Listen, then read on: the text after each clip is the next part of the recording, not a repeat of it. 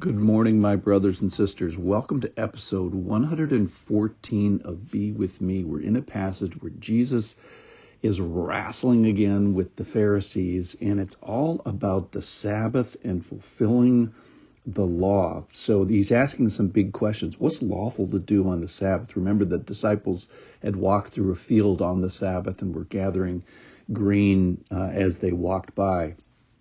And we have to keep in mind about this holiness of the Lord and how he makes provision for those with the people with crops.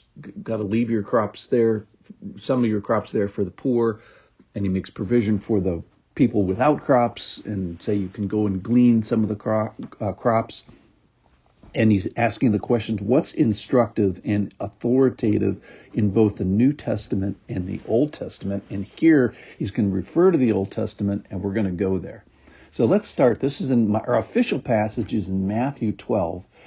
And in the context of this, he's slamming the Pharisees who loved the Bible in a sort of a possessive and bad way. But he says to them, this is 12:3. Have you not read what David did when he was hungry? In other words, haven't you read the Bible? So he says to them, have you not read what David did when he was hungry, and those who were with him, how he entered the house of God and ate the bread of the presence, which it was not lawful for him to eat, or for those who were with him, but only for the priests? So the question that he asks is a good one. Have you read this in the Old Testament? My recent answer has been no. Well, I haven't. So I think this is a really good principle, is that when you come across something in the New Testament that refers to it in the Old Testament, you probably should read it. See what's in there. What's the treasures in the Old Testament? The Old Testament is full of treasures. So have you not read what David did? No, I haven't. Well, here it is. It's in 1 Samuel chapter 21. It's Then David came to Nob. Now he's on the run from Saul, and he's with a band of followers, a band of men, and they are hungry, they're starving. And they come to where the tabernacle is, the portable tent of God, and sort of like the portable temple, the portable place of God's presence. And he goes to Ahimelech the priest, Ahimelech the priest, came to meet David trembling and said to him, why are you alone and no one with you? He actually has a couple guys with him. And David said to Ahimelech the priest, the king has charged me with a matter and said to me, let no one know anything of the matter about which I sent you and with which I have charged you. I have made an appointment with the young men for such and such a place. Now then, what do you have on hand? This is David speaking.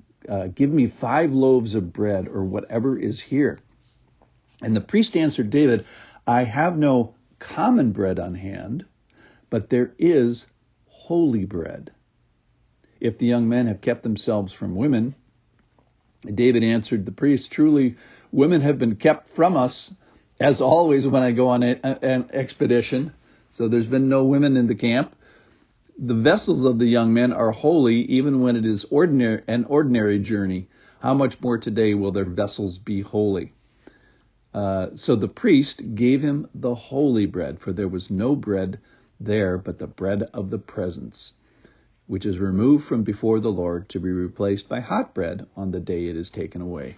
So there's the way this works is there are 12 loaves representing the 12 tribes. They put it on a table in the before the Lord.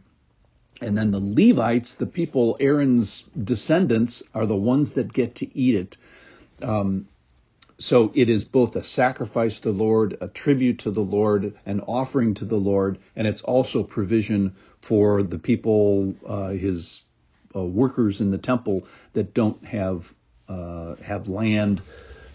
So the Levites get 12 loaves a week, if you will. And this is the bread that he gives them. So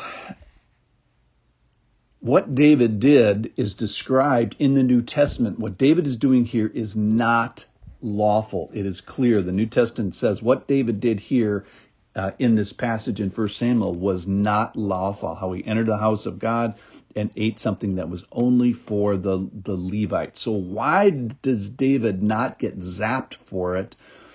And that is, the law is intended to serve God's people rather than people serving God's law.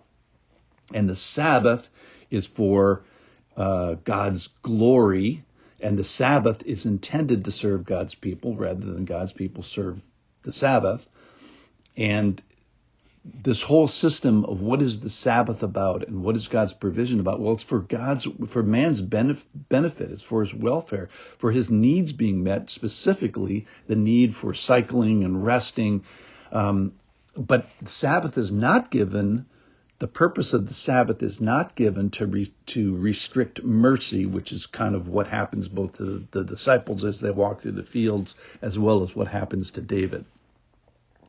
All right, so the ceremonial regulation gives way to meet physical needs. So if God can make exceptions to his own law, as is in 1 Samuel here, then this tradition of men that you can't do this grain thing, which is not scriptural, even that can be, exceptions can be made to that.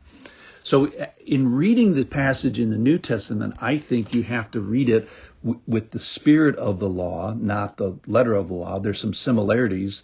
That is, the people of God are hungry, the people of God are in need, and you can either sort of flaunt the law or you can raise up higher than the law, or at least the traditions of men, is you can raise up hesed and mercy. So clearly, though, what David did in the Old Testament was not lawful, and God made an exception for it. Why? For hesed. So I think we have to read this passage from Matthew 12 with an eye of mercy, an eye of hesed, an eye not just to the law, but also to the needs of his people. And remember that hesed is primarily about relationship, not about regulation. So my conclusions of this passage is God can do what he wants, and justice is his to decide. Absolutely. Number two, I could be wrong about this, so I say all this very humbly. And number three, I think we need to interpret this passage about the Sabbath and this exception to the law in view of God's hesed, in view of God's faithfulness, his relationship with his people, and his love and his mercy. And it would do well for us to know the scriptures and know hesed, and especially the hesed. Verse 7 says, which I didn't read yet this morning, from Matthew chapter 12, verse 7. And he says to the Pharisees, and you would have known what this means. You would understand how to interpret this David passage, I think. I desire mercy. So he's quoting from a Hosea passage here, that I desire hesed and not sacrifice. You would not have condemned the guiltless. So he's saying that the disciples are guiltless and you guys are guilty because you didn't look at them with hesed. You didn't look at them with mercy. Thanks for listening.